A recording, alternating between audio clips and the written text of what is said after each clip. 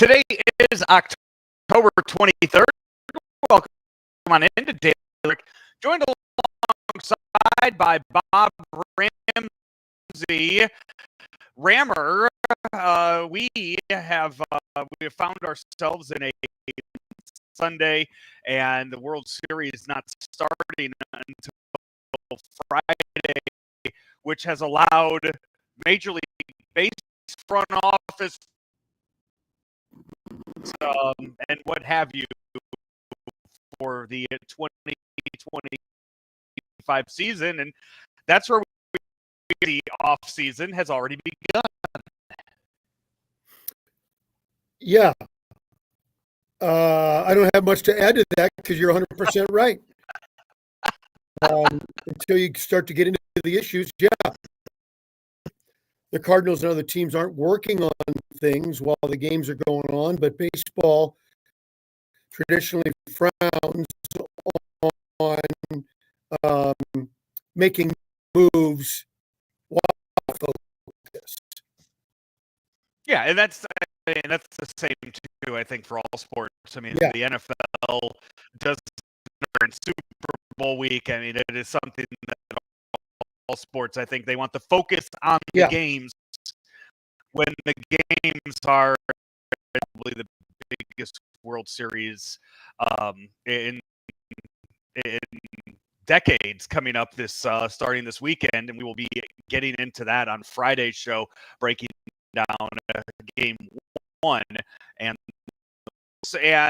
comes to some of the moves they have made. It was announced the other day. Rob Serfolio has been named the assistant general manager and player, and also another outside move that the Cardinals have, and we know all the roles he's going to be taking on next season, and for the most part this season, but the organization outside of the Cardinal way to try to help revitalize this organization. Yeah, don't say Cardinal way because that's been lost for a while. Schilt was the last guy. He was the last. He was the last one out the door. But you touch on a thing that could be concerning, except that the Cardinals have turned their back on the old Cardinal way. All these outsiders, because they're not aware of the Cardinal way either. So it's as an old timer, turning your back on history and the way it is concerning. But once you've done it, okay, now how do we get good again? And bringing in bright young people is probably a very good way. The people, yeah, young. By the way, key word here. Cleveland organization was there since 2015. Started as an intern in the organization all the way back in 2015, and has worked his way up through the system, being the director of player development. Remind you of for the Guardians since 2000. A guy, a gopher. Guy got his foot in the door and earned his way to the top of the business. Tell you what, Rammer, not to sit here and toot my own horn, pat myself on the back, but I really feel like I'm an exceptional batting practice thrower, and I'm just put it out there for anybody that might be listening, that might be, and this is all ages too. I mean, we're talking from 9U all the way through high damn good batting practice session. And for those of you interested in it, wherever you're watching this, you know how to get in touch with me. I just side note on this. I just want to let that be known. Well, a side note is if you want somebody. How's that rotator cuff though? I feel like rotator cuff's fantastic. of things replaced. I didn't know if that was on the list at any point. Rotator cuff is perfect Uh, on both shoulders. so, Thank you for asking. Serfolio will be the assistant to Chaim Bloom now. Also report to John Mozeliak this season. Again, it's one of those. I guess we will wait and it's a wait and see type of hire to see where what moves he's going to help make, to see what things will happen. We saw when Bloom came in. I think this was very quietly done last year when he was kind of brought in to kind of see how things were going. You started to see the Cardinals make a few under the radar signings of guys that were in that Tampa or in that Boston organization when Bloom was there. I wonder if we will see, or I imagine we will see some of those, maybe, some minor league signings, some under the radar signings from the Cleveland organization this offseason as far as players go and guys you kind of take a flyer on. Yeah, that'd be reasonable. I have I don't know whether to be excited or not excited about it. Let's just, you bring guys over and see what they do, and so they probably will. I mean, that would be typical. If any of us made a move, we'd try and bring our guys with us. Cardinals also announced the other day, this happened on Monday and then an extension into Tuesday. Cardinals hire 2 new coaches for the 2025 season. One being former Cardinal outfielder, World Series champion outfielder, John Jay, who was the first base coach with the Miami Marlins in recent years with Skip Schumacher. He has been hired on the coaching staff. And new hitting coach, Brant Brown, formerly of the Seattle Mariners, was named the new hitting coach for the Cardinals. It was also announced that Cardinal Hall of Famer Willie McGee, who has been a coach since 2018, will transition to special assistant to president of baseball operations. Willie McGee, I think, 65, 66 years old. I imagine just probably wanting to step aside and maybe not have the grind of a 162-game baseball season. And probably the long hours added to the travel. That really, the combination of the two is a real grind. So I'm happy for Willie to still be a part of the Cardinals, and probably will get to sort of set his own schedule a little better. And I think it's terrific. I'm glad he's still around. And adding John Jay is a huge move. Big fan. Loved him as a player. He was very underrated on a team loaded with stars.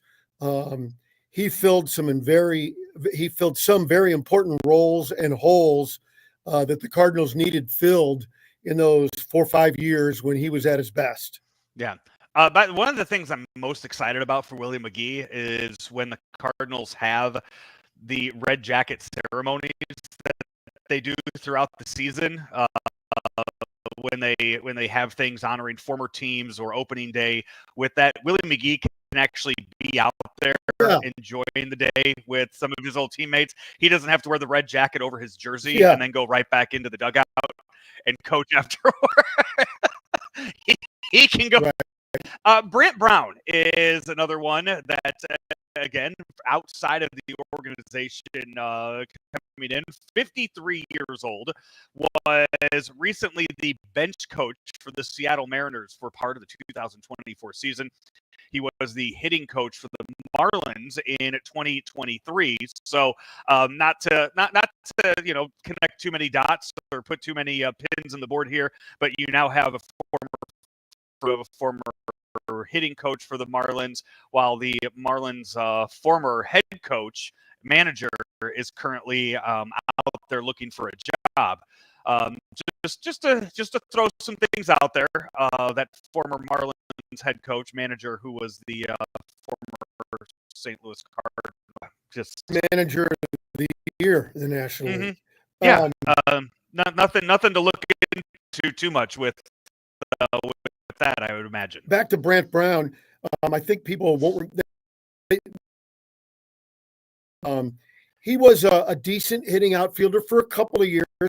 When he first came up with the Cubs, he was mostly had not full at bats, but close.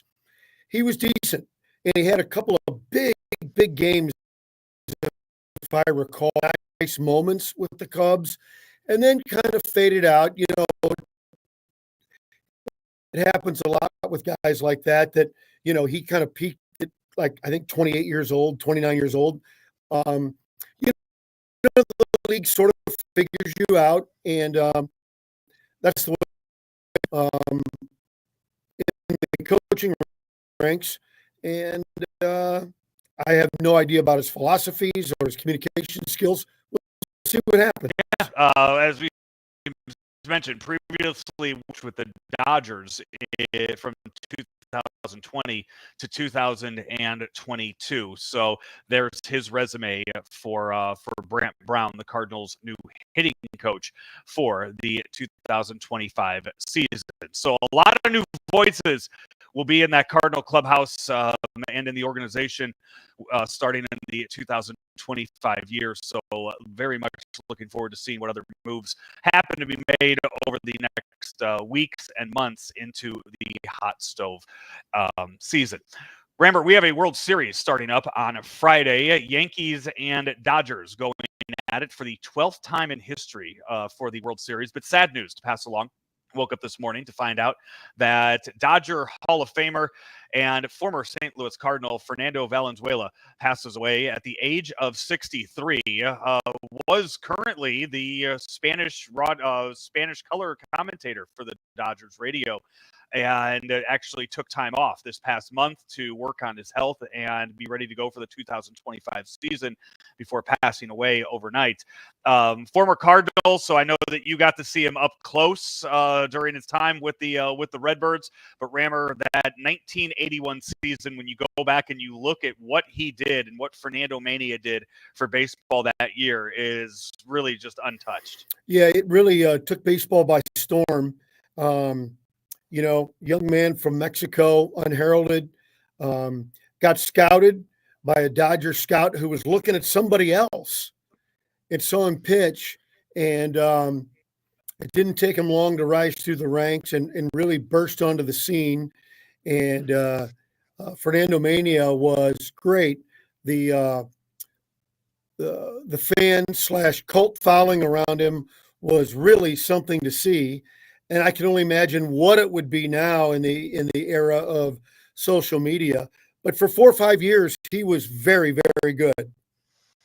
His first 8 starts, Rammer, of his career in 1981, he pitched all 9 innings of those first